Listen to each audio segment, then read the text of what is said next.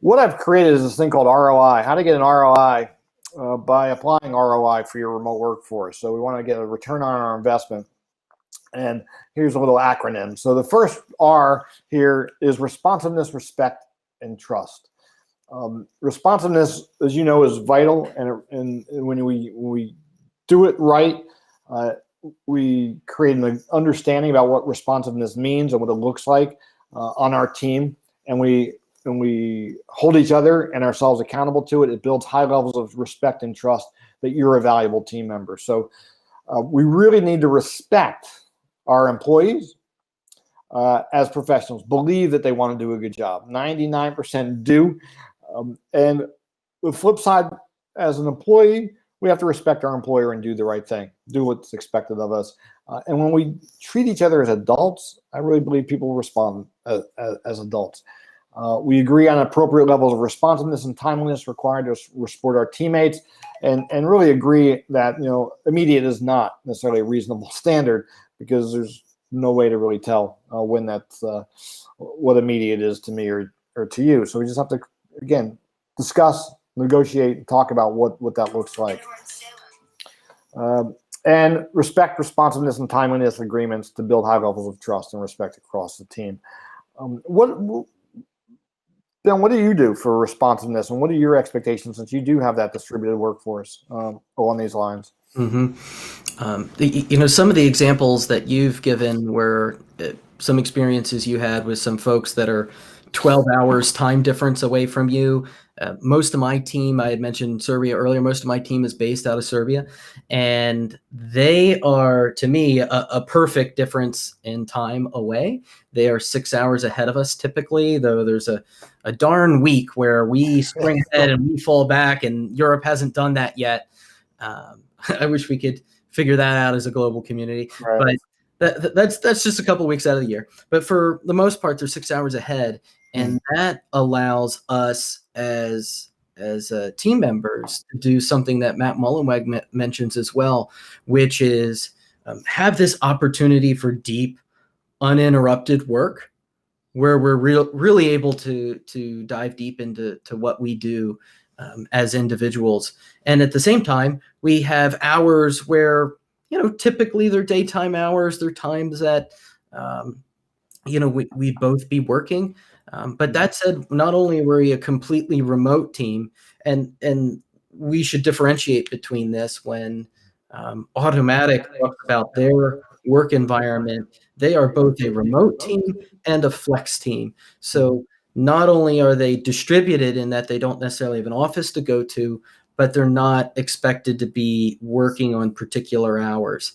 Now, you had mentioned earlier, Skip, that there's people in the customer service business. And you know what? No Bounds Digital, we're in the customer service business. Yeah. Can I write a blog post or create a marketing automation workflow or set up HubSpot better than the next guy? Sometimes the answer to that question is yes. But, sometimes the answer to that question is, I can set up HubSpot technically as efficiently as someone else. And then where the real differentiator is about communication, is about some responsiveness and such. So as you say, it's not about necessarily, geez, we all want to have 96 hours to be able to respond to any email. It's about, identifying what's critical for your business and what's important, agreed upon responsiveness, and when that really matters or not. Because you know what, for me as a manager, if I expect immediate response from everyone in my team, that is a failure of me as a manager, not of my team. Right. Geez, that's something that's like, hey, maybe we all need to look ourselves in the mirror and think, goodness gracious, if I need an immediate response, think about why. The reason why 9 times out of 10 is because we didn't prepare, or we didn't actually get the information we need when we should have gotten it, or right. A whole host of those other sorts of reasons. Right. So it's critical to me that I think we look at our organizations, we realize where our value proposition is in the marketplace, and look, if it's responsiveness, fantastic. Like, make that a part of your cultural ethos, but make it clear about when it's important to be responsive and when it's important to be thoughtful about giving people that sort of flexibility here. Because when you had said earlier, the genie's out of the bag, Skip, that really resonated with me, because people's work-life balance is a bit of a fallacy as well. But people do want an opportunity to work when they're most productive, Right. or take a break when they really need a break. I can hustle pretty darn hard for an extended period of time, but you know what? There comes a point in the day where I just want to go downstairs, let the dog out, maybe take a trip around the block, see how my kids are doing, chat with my wife for 10 minutes, something like that, so that I can come back up and hustle my face off as efficiently as it was before. So, that there is a difference between a remote workforce and a flex workforce. I think a lot of organizations aren't necessarily there with flex, but the coronavirus has done that same to remote as they have for flex, because guess what? How many of us here have been on a Zoom call where their toddler comes in yelling and screaming, or something like that?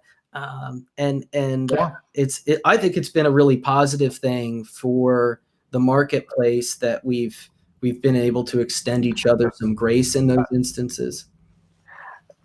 Yeah, I'm ecstatic about this, and I think it's one of the best things, at least for me, around workplaces that is really positive that's coming out of this COVID crisis. Is it's accelerated the need to move in this direction, because I think it's the 21st century and we should be moving in that direction. And the way we make this work is really through the O, which is objectives, outcomes, and output. Instead of worrying about FaceTime or sitting at your desktop time, time in the saddle, time at your desk, and moving tasks along. This is about defining really clear objectives for people. What outcomes have to be created and the output people need to produce. And if you're focusing on that, stuff is measurable, and Ben, it either got done or it didn't get done. It didn't either met the deadline or it didn't meet the deadline. And you really can't argue about that. Now, you can talk about whether there were obstacles in the way, which I'm happy to have that conversation with you. But if there is, then let's talk about the obstacles, and let's break through those obstacles and figure out how we can achieve, the outcome that we need next time, or to accelerate that. But if we're not focusing on objectives, outcomes, and output, we're just talking about, more of the challenging emotional stuff that gets in our way. Were they on the call, on time, or did they show up, or did they leave early, and things like that. So we really just have to focus on output and objectives, and make a shift. There's a company, when you talk about flex time, there's another organization who does this extremely well. It's called ROWE, ROWE, and it's two women who used to work for Best Buy in their HR department, and they created this thing called ROWE, which is a results-only work environment. And they do consulting and implementation on creating a ROWE. I don't care where you are, when you work, as long as you get your work done and you fulfill your commitments and what your teammates need. And that means you can work on a beach in Tahiti at 3 a.m. if you so desire, as long as you get your stuff done and you fulfill your teammates. And that's really, really what we should be focusing on. Worry about output and outcomes and objectives. The I is about integrate, because we're working in a distributed environment where we're all over the place, and we could be across the globe as Matt Mullenweg is, and as Ben, your team is, or we could be just in the same town, but we're working in a distributed situation, as my wife probably will be. We still need to create that team concept and build those relationships, and it's a little more challenging because we're not face to face. So there's 3 things we have to integrate. One is the functional. How do we get things done operationally? How do we build relationships that are based on mutual trust and respect? And how do we create that culture of a sense of team and camaraderie? We can't lose sight of that, because when we're working by ourselves, Ben, you and I are, working by ourselves in our little office. How do we know we're part of anything beyond our four walls here? We can feel pretty isolated, and so we need to build that camaraderie. So again, it goes back to systems. Identify systems, platforms that you can use to engage your workers, right? Slack is a great team development thing where you can do real-time chatting and document sharing and all. Microsoft Teams, Google Docs, there's all sorts of those things that will allow people to work in an integrated fashion. What are the guidelines, again, for expectations around communication? Coverage, overlapping hours if you need that, and responsiveness, which we've mentioned. But where do you schedule time for just the fun stuff? Water cooler conversations, one-on-one meetups via Zoom or Skype where you just talk about non-work stuff. Have a happy hour. Bring your favorite beverage to the Zoom call. And I know a lot of organizations have gotten very creative with that in recent weeks. And then if you have the opportunity, where can you bring people together for real? I know Matt Mullenweg, on a quarterly basis or semi-annual basis, actually flies people into various sites and actually does team events with people together to build that sense of team and camaraderie. You have to be much more intentional about it in this type of environment, and if you're not intentional about it and you don't schedule it, it's really easy to lose track of it, and people are going to feel isolated and you're going to lose them. So there needs to be some type of culture committee that really works on integrating these things and saying, what can we do? Who's the creative person? What can we do? What's our theme for the week? And things like that, and get people involved in creating fun things to integrate the team. Otherwise, we're going to lose track of it pretty easily. Any thoughts here on Ben? Absolutely. So, this probably wasn't necessarily clear to anyone coming into this call, but Skip, how you and I first connected is I'm your customer. I retained Skip as our coach to implement the great game of business at No Bounds Digital, and this was one of our pain points. Look, this stuff isn't easy. I'd love to say that I'm Moses coming down with the tablets and I've got all these answers here. But while I think we've got a number of insights, look, as an organization, No Bounds Digital is still learning about some of these things in many ways, even though we've been remote for 5 years. And we've had a team that has been, working from out of their home for what seems like an incredibly long period of time. And oftentimes people come to me and say, hey, Ben, do you have the answer to all my remote team problems? And I think we've got some insights here, that some of which that we've already gone through and more to come here in this masterclass. But there's also areas that we struggle with. And as a team, one of the reasons why we came to you, Skip, as a communications professional and as a great game of business coach, is that when it came to those sort of water cooler conversations, we had a really strong team bond, but that was because as an organization, we've been in the trenches together. We've done a good job in terms of team retention. I have team members that have been with us since pretty much the beginning, and others that have been in terms of the length of our organization for the majority of No Bounds Digital's life. So we sort of have this sense that we're in it together, we're in the foxhole, and then we're doing it for the other soldier right next to us here as much as we are for anything else. And that's a key part of our team culture. But at the same time, you don't get those sort of water cooler conversations. You don't necessarily get a chance to go to happy hour, or let's go bowling once a month or something like that an in-person team gets to do. Right. So that was a challenge for us, and is something that we've made a lot of strides in.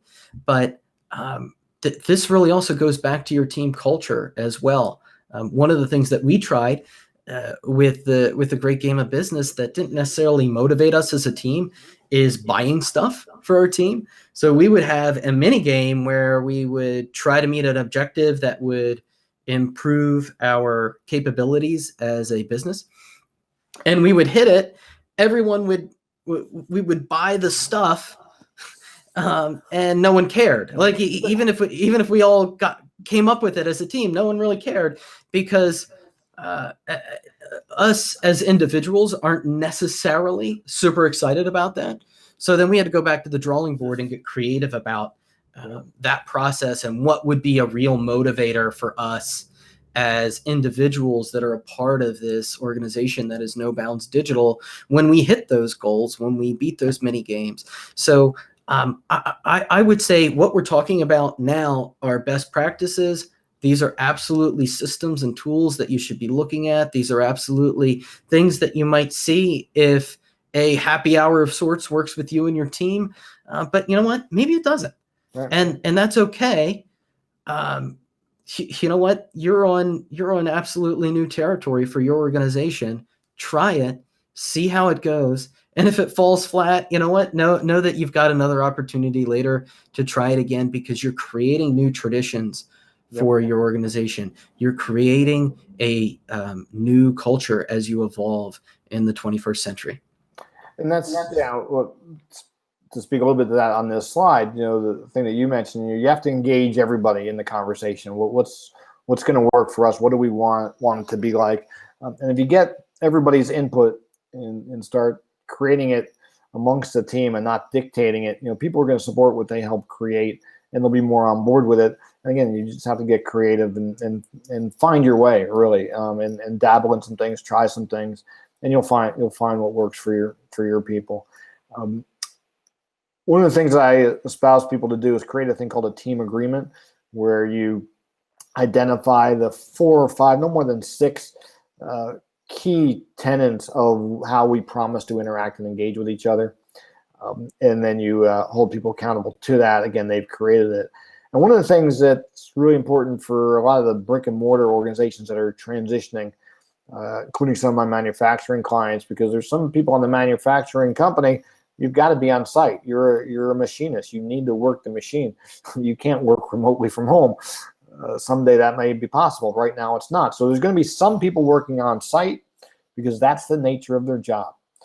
And administrative and customer service people will be able to work from a remote location. That has the tendency to create an us versus them culture. You've got to be really careful with that and communicate in a way that allows both teams to see and respect each other's roles and how they get the job done. And the worst thing you can do is not talk about it. Let's open up dialogue and have a conversation about it, the good, the bad, and the ugly, and get it out there and just deal with it. And if people don't like their job because they have to be on site, well, then they're going to have to find a new job or a new role. It is what it is. I'd love to have my key machinist who runs this machine work from home. Ain't possible, So you've got to work on that and see how you can integrate the two teams if they are have different capabilities.